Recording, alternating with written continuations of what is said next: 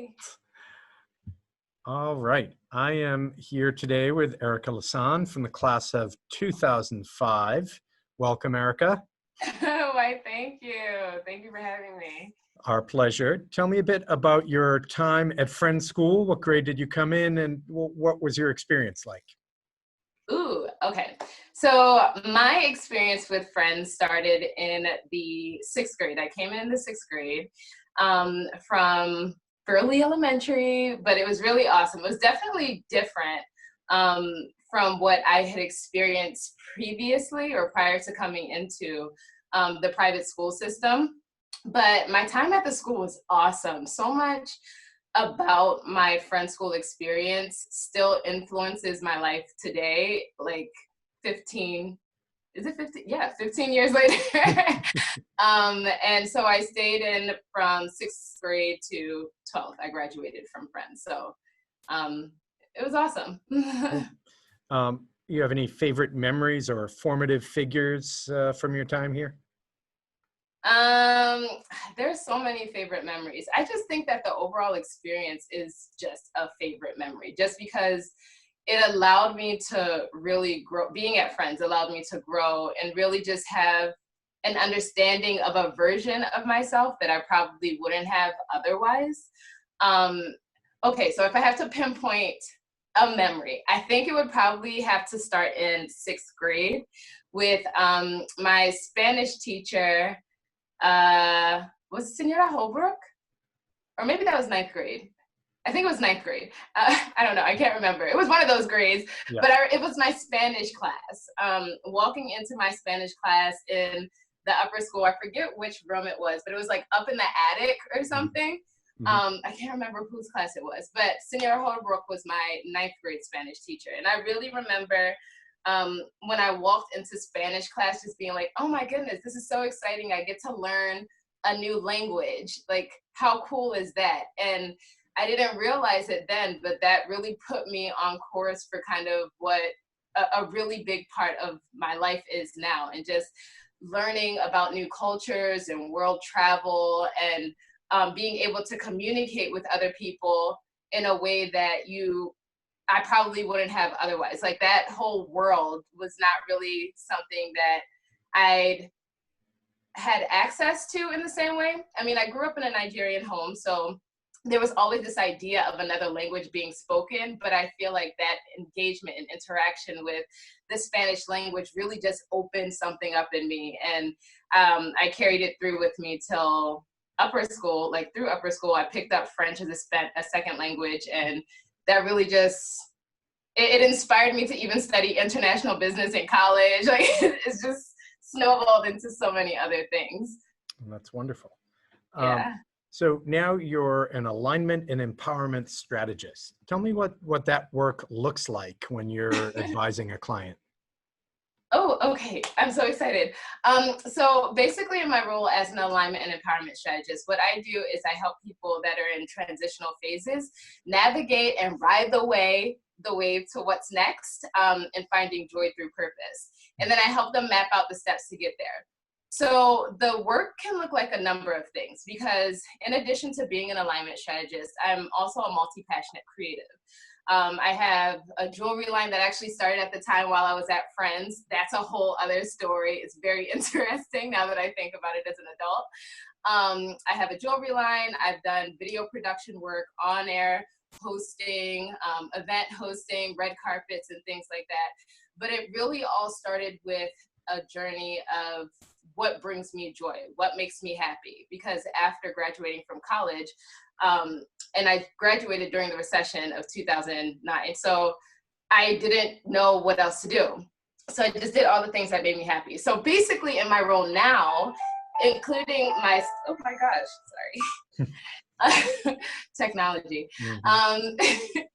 So basically, in my role now as an alignment strategist, I help others tap into what brings them joy and finding joy through purpose. And we figure out those things, and then I help them map out the steps to getting to wherever it is that they actually want to go, whether it's starting a business and having a bunch of ideas, but not being sure of how to streamline it to turn it into a marketable business. Whether it's somebody who has a business but isn't sure of how to maybe engage with digital media in this age, I help them do that. Or it could be someone who's in high school and going into college, but they're unsure of what it is that they want to major in. You know, figuring out what it is that they're really good at, what their natural gifts are, the things that innately bring them joy and that will allow them to tap into that joy so that they can inspire others through their journey and purpose. That's really great stuff. It reminds me actually of a lot that we've been looking at as a school as we think about you know, what our ultimate purpose is. I think purpose is actually helping people find their purpose is a huge part of what education should be centered on, and it works in some of those same ways where you look at what you have to contribute to the world, what gives you joy, what your skills are, and what the world will reward. And all of that leads you towards a sense of purpose, both, you know, in your pre-professional life and then from your end on the professional side. So how did you find yourself into this? You know, this is certainly one of those careers that didn't exist when you graduated from high school, say. What particular life experiences led you down this road? So it's really interesting because when we think about purpose, every single aspect of our lives puts us on track for whatever our destiny is, or what our purpose is. A lot of times people just don't think about it that way, because if you aren't where you picture yourself by a certain age or at a certain time, you think that all hope is lost. So in answering your question, I'd actually like to say that every part of my journey has led me here, you know, and again, considering the journey. But the key thing I think that really made something click is the fact that I realized I'd been doing all of these things over this span of maybe a decade or so that were in the creative arts or digital media, because I've done so many things across so many industries, journalism, design, fashion and styling, personal shopping. And at one point, I realized I really wanted to be on camera. I wanted to be an on-camera host. So I started doing street interviews in New York City. And in doing that, I was talking to strangers about a range of topics. But I always found that the thing I came back to was, what's your dream? Like, what is it that you want to do with your life? You know, or where is it that you want to go? And people would start to talk to me about those things.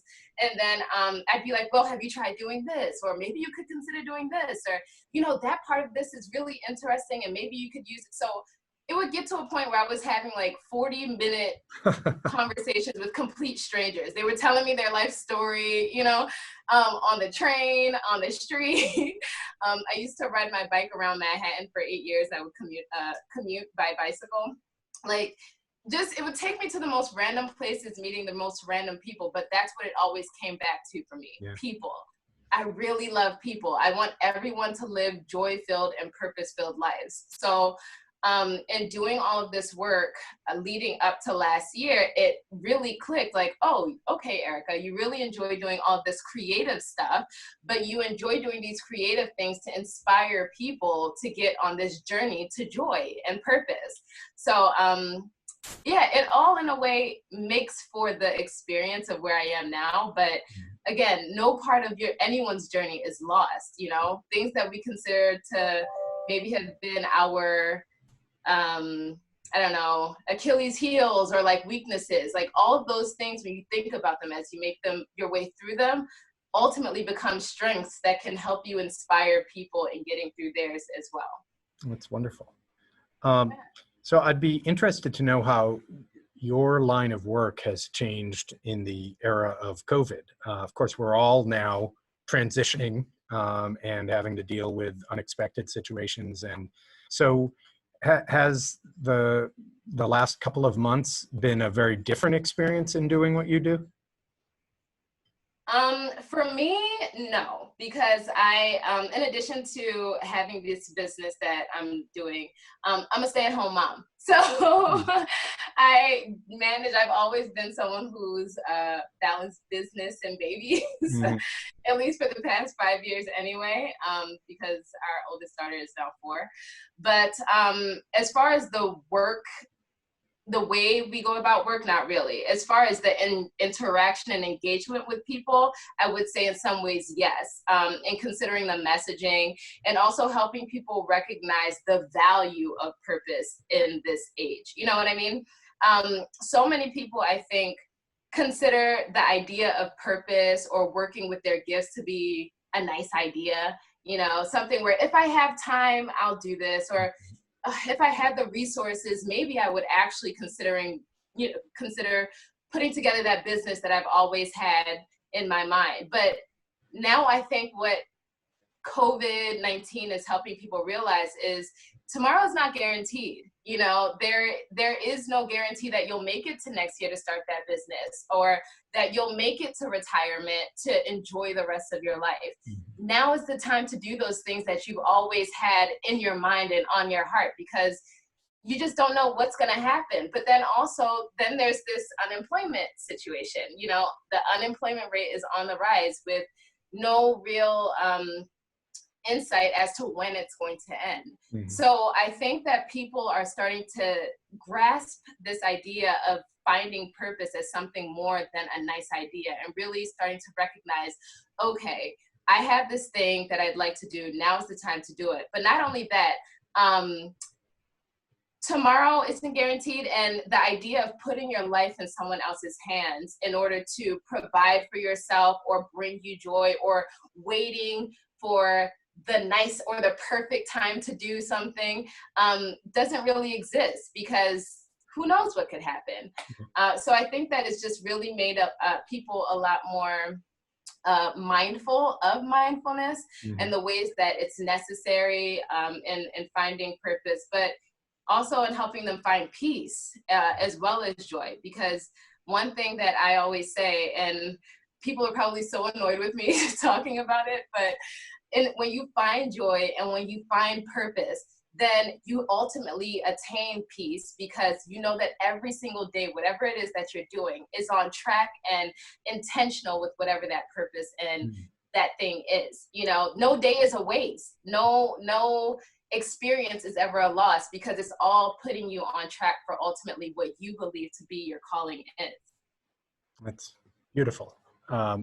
You mentioned mindfulness, which makes me think of course, Quakerism and the experience of meeting for worship.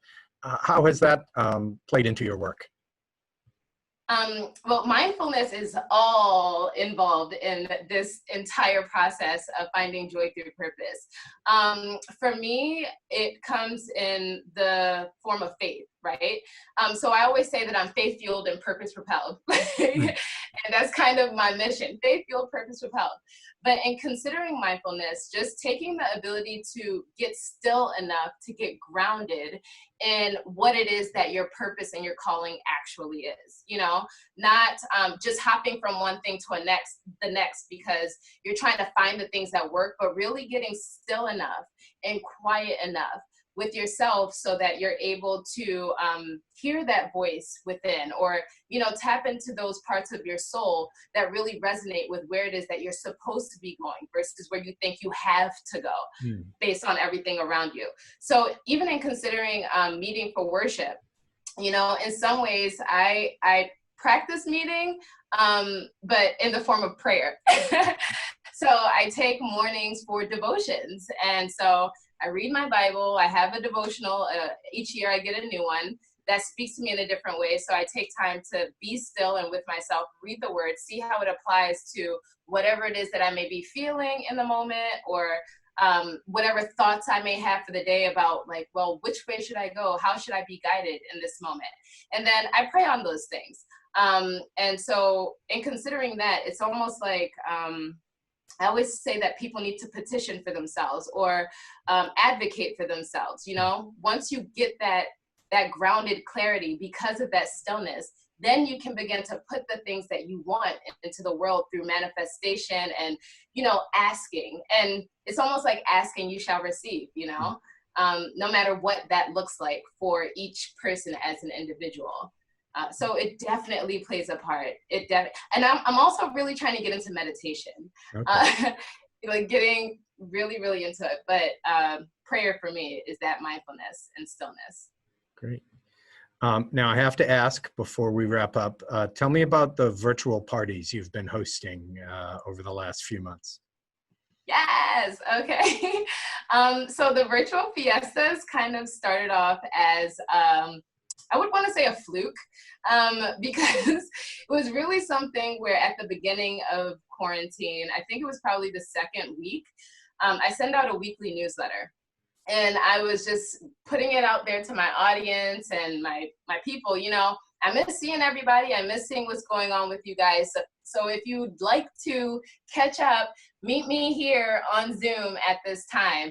But because I'm also someone who likes to throw a little spontaneity into everything that I do and fun and music, I was like, it's going to be a party. So I created an itinerary and with music and topics for conversation, because conversation for me is it's like a cornerstone to a lot of the things that I do, because you don't know how to engage with people if you don't know where they're coming from. Yeah. So you got to be willing to listen, and people also have to be willing to share. So in these virtual fiestas, we have conversation, we dance. Dancing is key. And you got to dance like you mean it too, not lollygag dancing. You got to really be in it. There's karaoke, there just a bunch of random fun surprises, but tons of conversation, and joy, more than anything, joy. Everything serves an intention and a purpose. So at the end of the virtual fiestas, the idea is to come, expect the unexpected, but also leave with a joy-filled perspective to carry you through the rest of the week. Wow. Sounds like we could all use that right about now. Okay. Yes. Every day. Yeah. Well, tell us, where can folks look to find out more about both the virtual fiestas and the work that you do? You have a website? Yes, I do. My website is ericalasan.com, and I'm on Facebook at Kirika by Erica Lasan. Instagram at Erica Lasan. Everything is just Erica Lasan. All right. But yeah, through there they can find all of the other things. But that's where everyone can find information. Great. Yeah. Thank you so much for giving us some time today. It's been a pleasure talking with you. Likewise. Thank you. Right. Thank you. And please say hello to your sister for me. I will. All right. Thank you. Take Bye. care. Have a good day.